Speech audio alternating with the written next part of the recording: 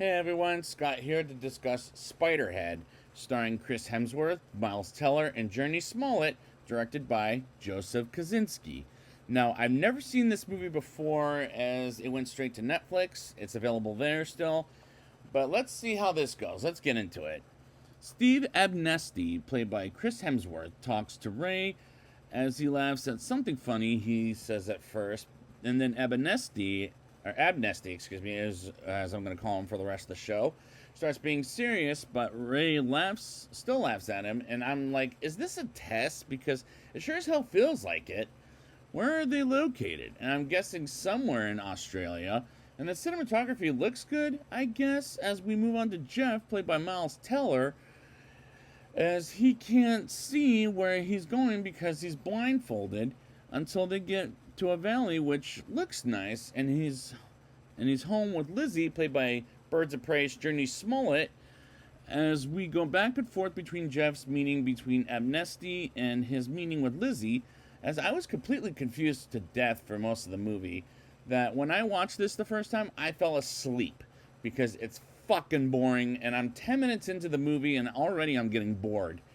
10 meets and tests with Heather, and she's not attracted to Jeff at first until it is forced upon her, and they smooch because of a device.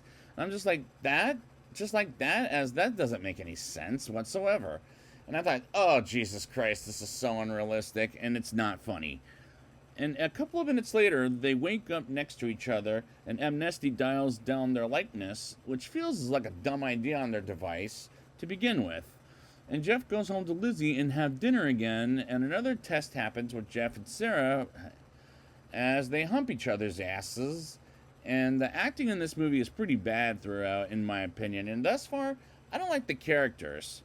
Amnesty tests Sarah and Heather and Verlaine, while Jeff sees the test, and Jeff feels how they're doing in the test. And this movie feels like a test, like the audience doesn't get the question nor the answer right as that makes no sense whatsoever. As Jeff wants to join in on the testing, and why am I getting this? Wait, why am I not getting into this? The problem is, I don't know who in the hell to care for in this movie, as I don't like the characters as they come off pretentious, as Jeff sees Heather dead in Amnesty's imagination and comes back home with Lizzie once again, cooking while Jeff is playing Galaga. And this movie isn't fun, boring like I had with Star Wars Attack of the Clones, or any of the movies people talk a lot where people get bored by. This is just bad boring as a movie, as I don't know what the fuck is going on in this movie.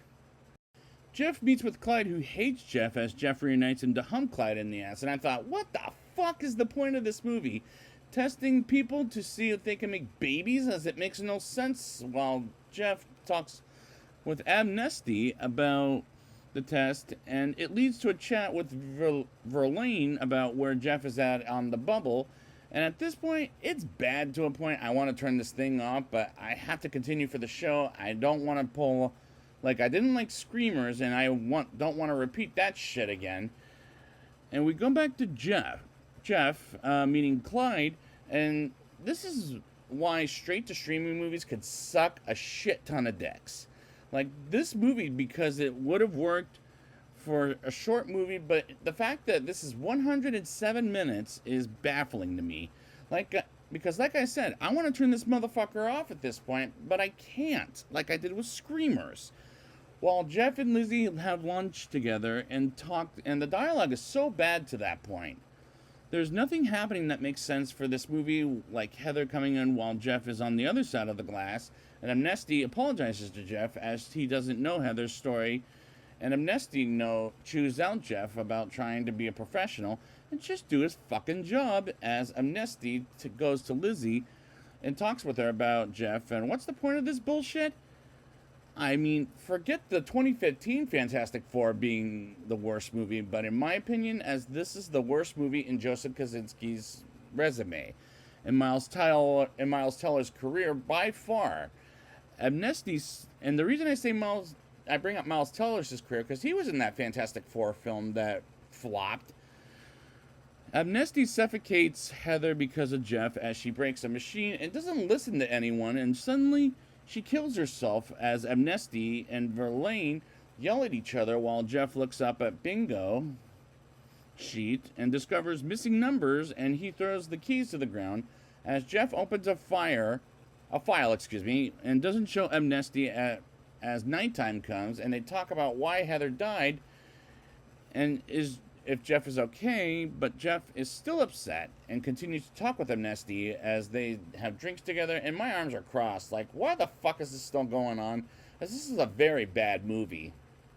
Amnesty tells Lizzie as she freaks out because she's afraid of a stapler, and that's just stupid to me. Like, how the fuck is she afraid of a goddamn stapler? Which doesn't make any sense, as this is all happening during the day until Jeff calms her down and nighttime comes. Jeff goes back to memory lane as he and his friends crash the car and the friends get killed, but no Jeff. And is this the best Joseph Kosinski can do? Because I think he can do better after this in Top Gun Maverick. Because this is pathetic. As it turns out, he was telling Lizzie about his past and they smooch.